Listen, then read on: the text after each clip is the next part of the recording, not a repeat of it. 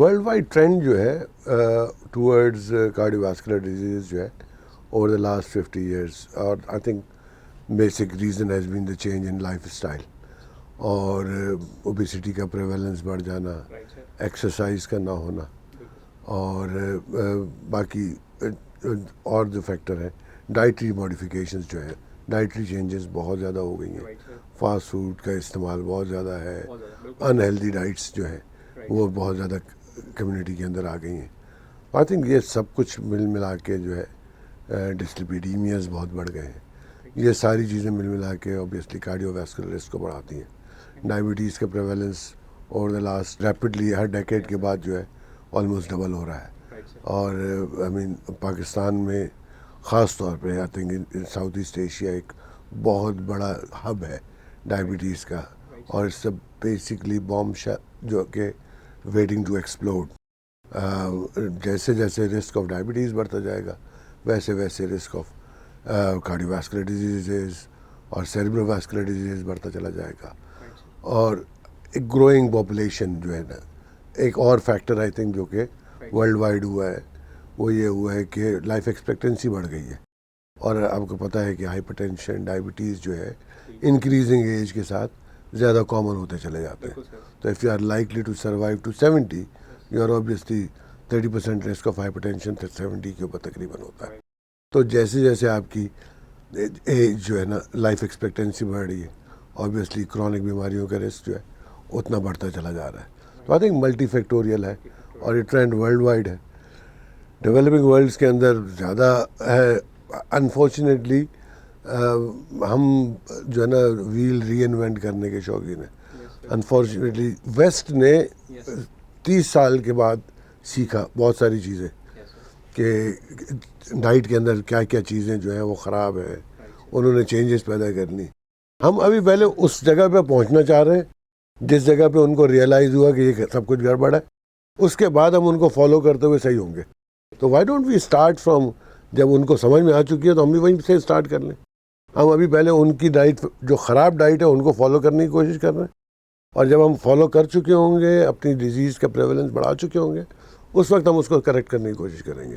تو ہمیں سیکھنا چاہیے جو ویسٹ نے سالوں سے سیکھ لیا، ہمیں ابھی سیکھ لینا چاہیے کہ یہ جو ہے ماڈیفیکیشن ابھی 30 سال، دیکھیں مجھے 30-35 سال ہوئے MBBS کے ہوئے۔ جب میں اسٹوڈنٹ تھا تو diabetes, hypertension, myocardial infarction, stroke, یہ 70 سال والوں کی بیماریاں ہوتی تھیں، ٹھیک ہے۔ آج آپ کو 30 سال والا ہارٹ اٹیک نظر آ رہا ہوتا ہے، 40 سال والا اسٹروک نظر آ رہا ہوتا ہے، 25 سال والا ڈائبیٹک نظر آ رہا ہوتا ہے، 35 سال والا ہائپر ٹینشن نظر آ رہا ہوتا ہے۔ تو آبویسلی شفٹ آ رہا ہے اتنا یہ بیمار۔ تو اب اگر ہماری پاپولیشن کا 50% حصہ جو ہے وہ 40 سال سے جو ہے نا، اب یہ جب بوڑھے ہوں گے تو اب آپ سوچیں کہ کیا ایکسپلوژن ہوگا ان بیماریوں کا۔ تو I think that is something really frightening for the future. تو we need to make drastic changes in our life style اگر if you want to avoid this. پہلے میں تھوڑا سا بیک گراؤنڈ آپ کو سے ذکر کرنا چاہوں گا کہ ان کا ریزن لوگوں کے ذہن میں کیا ہے۔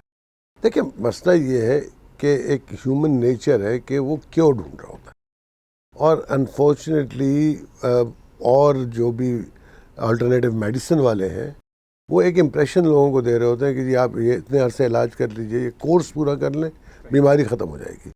تو جب ایک کسی شخص کو یہ انسینٹیو مل رہا ہو، امید دلائی جا رہی ہو کہ بیماری جڑ سے ختم ہو جائے گی، تو آبویسلی وہ لوگ فالو کریں گے۔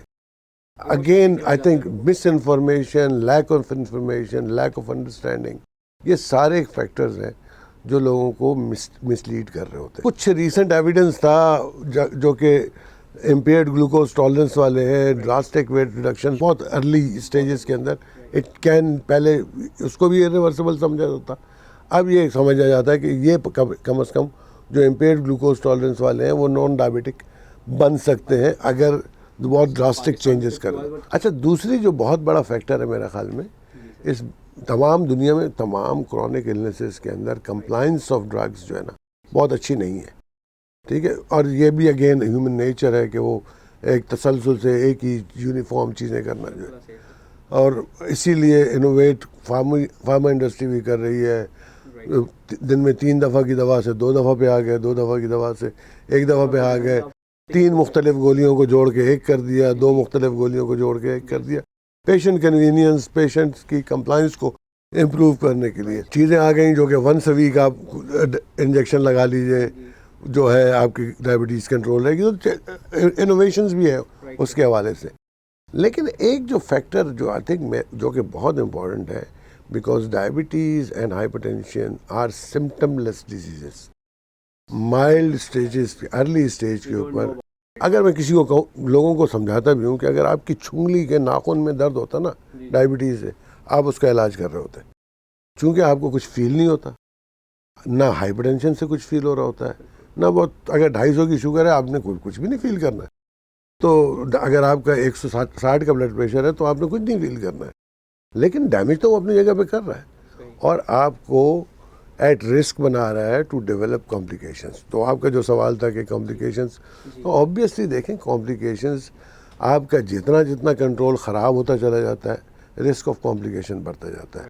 اور وہ ویسکولر ڈیزیزز کمپلیکیشنز ہیں، چاہے وہ ہارٹ کی بلڈ ویسلز ہوں، چاہے وہ برین کے بلڈ ویسلز ہوں، چاہے وہ کڈنی کے بلڈ ویسلز ہوں، چاہے پیریفریز کے بلڈ ویسلز ہوں، نروز کے بلڈ ویسلز ہوں، تو نیوروپیتھیز ہو رہی ہوتی ہیں، پیریفرل واسکولر ڈیزیز ہو رئی ہوتی ہے، رینل فیلئر ہو رہا ہوتا ہے، ریٹائنوپیتھی ہے، آنکھیں ضائع ہو گئیں. تو کنٹرول از امپورٹنٹ. اور انفارچونیٹلی ہمارے ہاں اگین پرابلم ساری ہے کہ لوگ جب آنکھ خراب ہو جاتی ہے تو جاتے ہیں ڈاکٹر کے پاس کہ جی آنکھ ٹھیک کر دو، بجائے اس کے کہ جس وقت آنکھ ٹھیک ہے تو کچھ کر لیں کہ آنکھ خراب ہونے سے بچ جائے. انفارچونیٹلی دے سفر. اور تکلیف ہوتی ہے یہ دیکھ کے کہ لوگ سفر کر رہے ہیں صرف اپنی اگنورنس کی وجہ سے، اپنی لیک آف انفارمیشن کی وجہ سے، اور لیک آف اویئرنیس. اور ہیلتھ کیئر کی پروویژن بھی دیکھیں، ایک جو بڑا فیکٹر میرا خیال میں اور بھی ہے نا، وہ یہ ہے کہ health care is not an easy, is not an سستا thing for a person nowadays. A visit to a doctor, دیکھیں ایک آپ کی کمیونٹی کے اندر ہومیوپیتھی کیوں وہ ہو گئی. آپ جاتے ہیں ہومیوپیتھی والا نہ کوئی ٹیسٹ لکھتا ہے، نہ کوئی ایکس رے کرواتا ہے، نہ کوئی الٹرا ساؤنڈ کرواتا ہے، 1 ہفتے کی دوا آپ کو دے دیتا ہے، 100 روپے لے لیتا ہے، 150 روپے لے لیتا ہے. تو اس کا علاج 150 روپے میں ہو گیا. آپ ایک ڈاکٹر کے پاس چلے جائیں، اس کی فیس بھی دیجئے، 2-3 ٹیسٹ لکھ دے گا، 1 ایکس رے لکھ دے گا، 1 الٹرا ساؤنڈ. تو لوگوں کو پھر دوا بھی خریدیں، وہ بھی مہنگی. تو لوگوں کو لگتا ہے کہ ڈاکٹر کے پاس جانے کا نسخہ جو ہے وہ 3000 روپے کا ہے، ہومیوپیتھ کے پاس جانے کا نسخہ 100 روپے ہے. اکنامیکل چیلنجز بھی ہیں. اور انلیس ہمارے گورنمنٹس جو ہیں وہ انویسٹ کریں ان ہیلتھ کیئر. پاکستان خاص طور پہ Karachi I think is very lucky کہ بہت زیادہ فلینتھراپک سروسز ہیں کراچی کے اندر، جہاں پہ ہیلتھ کیئر سروسز پرووائڈ ہو رہی ہیں فری آف کاسٹ اور ایٹ اے منیمل کاسٹ. لوگوں کو کوالٹی سروسز مل جاتی ہیں بہت کم ریٹس کے اوپر. ادروائز آئی تھنک کہ اس شہر کی صحت کا تو ستیہ ناش ہوتا. آئی تھنک ایجوکیشن سب سے امپورٹنٹ چیز ہے. Unless you are ready to invest time in educating patients, there is no way کہ آپ اپنے مریض کو کمپلائی کروا سکیں گے. At the end of the day ایک ڈاکٹر کی ذمہ داری، اس کی خواہش اور اس کے اوپر ایک فرض ہے کہ وہ اپنے مریض کے لیے جتنا بہتر سے بہتر کر سکے. ایک پرسکرپشن لکھ دینا، چاہے آپ جتنی بھی اچھی دوا لکھ دیں گے، وہ خالی ایک پرسکرپشن لکھ دینا کافی نہیں ہے. اس مریض کو یہ سمجھانا کہ اس کے علاج کی افادیت کیا ہے، اس کی اہمیت کیا ہے، اس کے علاج نہ کرنے کی صورت میں کیا پریشانیاں پیدا ہو سکتی ہیں. جب تک آپ اس کو موٹیویٹ نہیں کریں گے کسی طریقے سے کہ وہ اپنا علاج کروائے، ایک دوا لکھ دینے سے مریض کا علاج کبھی بھی نہیں ہوگا جب تک کہ آپ اس کو اس کے باقی ایشوز کو بھی جو ہے نا ایڈریس کرنے کی کوشش نہیں کریں گے.